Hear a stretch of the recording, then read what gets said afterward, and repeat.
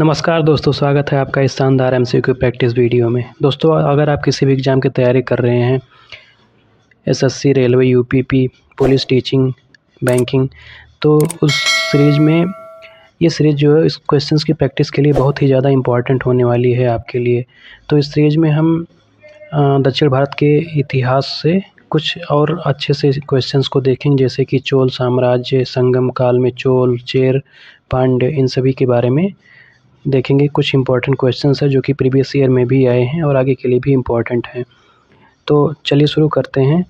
आज का पहला क्वेश्चन, संगम युग में दक्षिण भारत के आर्यीकरण का श्रेय किस ऋषि को दिया जाता है? तो ये जो ऋषि अगस्त्य हैं, इनको इसका श्रेय दिया जाता है। और आर्यीकरण का मतलब क्या होता है? इसका मतलब ये होता है जैसे कि किसी भी चीज़ को उसका प्रचार प्रसार करना, उसको एक अलग दृष्टि देना, उसको फैलाना।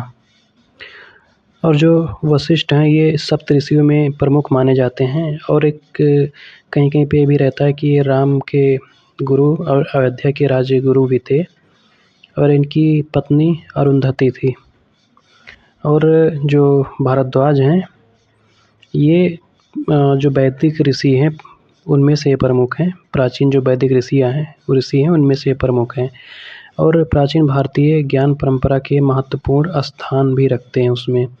और जो विश्वामित्र हैं, ये सप्त ऋषियों में से एक हैं।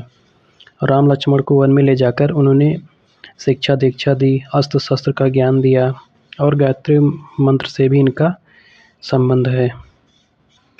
अगला क्वेश्चन है, किस चोल शासक ने ईसा पूर्व 2री शताब्दी में श्रीलंका पर विजय प्राप्त की थी?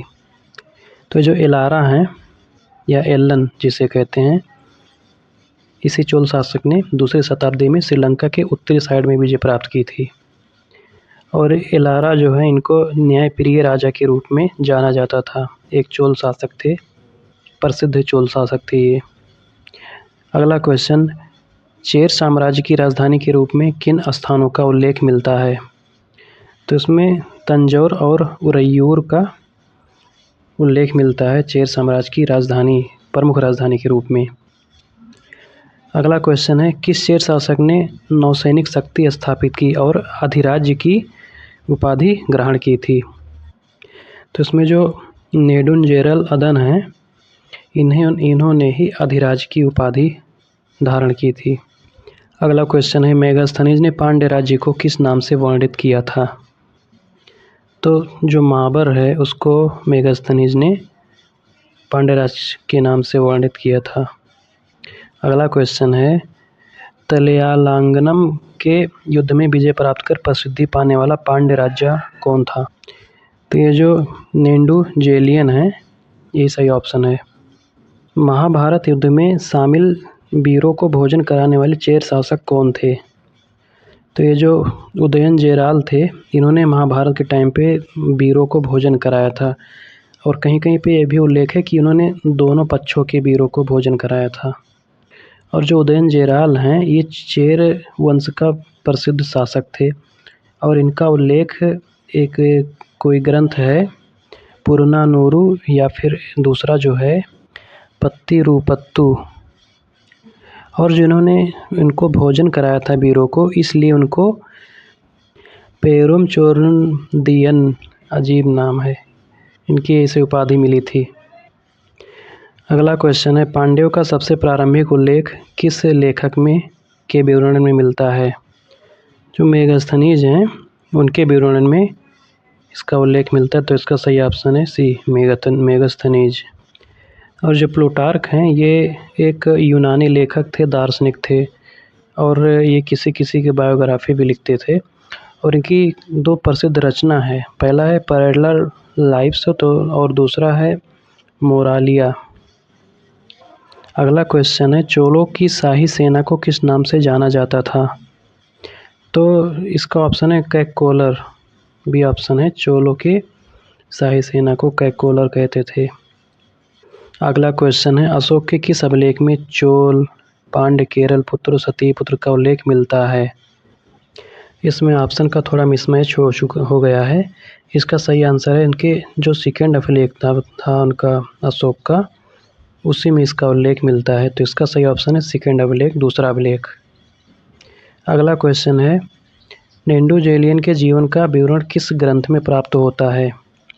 तो जो पतुपाठ है इसी ग्रंथ में नेंडू-जेलियन के जीवन का विवरण मिलता है। और जो पतुपाठ है इसका मतलब होता है 10 गीत या 10 काव्य, और एक संगमकालीन तमिल ग्रंथ है। और जो दक्षिण भारत के राजा थे उनके नगरों, व्यापार, समाज, संस्कृति, रहन सहन आदि इन सभी चीज़ों की जानकारी पतुपाठ ग्रंथ में मिलती है। अगला क्वेश्चन है, पेरुंजेरल इरम्पोरियाई को किस उपलब्धि का श्रेय दिया जाता है?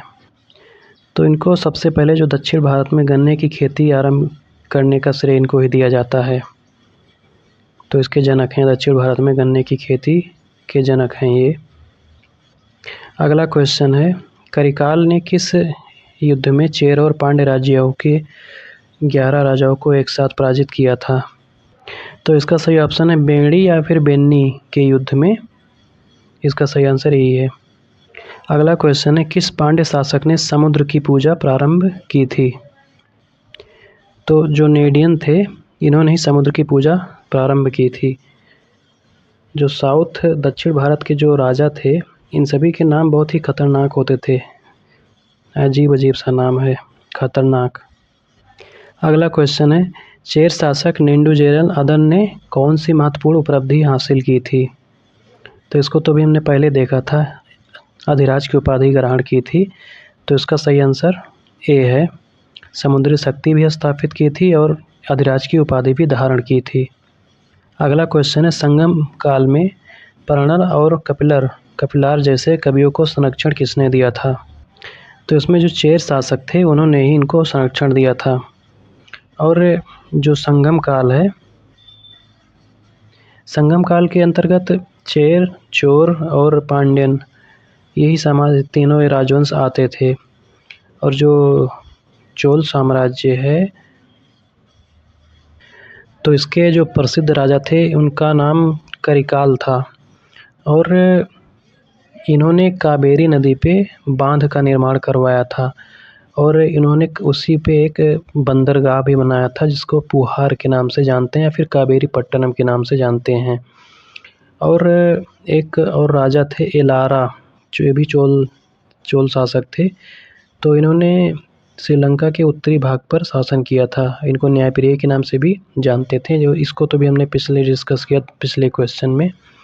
और जो इसका दूसरा काल है वो चेर है। चेर काल में इसका जो वर्तमान एरिया है केरल और पश्चिमी तमिलनाडु साइड में आता है। और ये लोग समुद्री व्यापार में काफ़ी निपुण थे और इनका व्यापार रोमन लोगों के साथ भी था। और इनके राजवंश का जो चिन्ह था वो धनुष बाण था। और इनकी जो राजधानी थी वो वंजी के नाम से थी, प्रमुख इनकी राजधानी थी। और इनके जो प्रमुख राजा थे वो सेनगुट्टन वन थे और इनका उल्लेख जो है शिल्पाधिकारम में मिलता है। और अगला क्वेश्चन है, नेंडू-जेलियन ने अपना दूत किस रोमन सम्राट के दरबार में भेजा था? तो जो ऑगस्टस थे उनके साम्राज्य में इन्होंने भेजा था। अगला क्वेश्चन है, किस चेर शासक ने पतीनी संप्रदाय की स्थापना की थी? तो सेनगुट्टन वन जो थे उन्होंने ही पतीनी संप्रदाय की स्थापना की थी। और जो पतीनी संप्रदाय है क्या, इसमें दक्षिण भारत विशेषकर तमिल और केरल का क्षेत्र आता था। और इसमें जो पवित्र और पतिव्रता स्त्री को देवी के स्वरूप में पूजने की परंपरा थी। और एक इनके इस टाइम पे एक कन्नगी करके एक लेडीज़ थी जो बहुत ही ज़्यादा फेमस थी। पवित्र, पतिव्रता और न्यायप्रिय का प्रतीक उनको माना जाता है। और उनकी प्रतिमा का लोग बहुत ही ज़्यादा पूजा पाठ भी करते थे, पूजते थे। अगला क्वेश्चन है, संगमकालीन कृषि कर को किस नाम से जाना जाता है? तो संगमकालीन जो कृषि थी उसको करई या कदमई के नाम से जाना जाता है।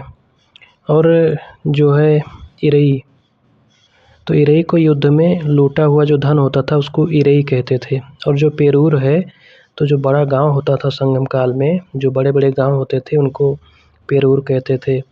और जो पेरूनल है वो जैसे कि कोई राजा होता था तो उनके जन्म दिवस को एक साल में जो आता था, जिस दिन वो जन्मदिन अपना मनाते थे, उनके जन्म दिवस को ही पेरुनल कहते थे।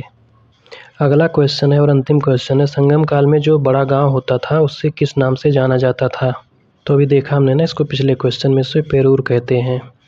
और जो इराबू है, इराबू जो इसका ज़बरदस्ती जो जबरन वसूला जाता कर था या फिर जो एक्स्ट्रा लिया जाता था मानक से ज़्यादा, तो उसी को इराबू कहते थे।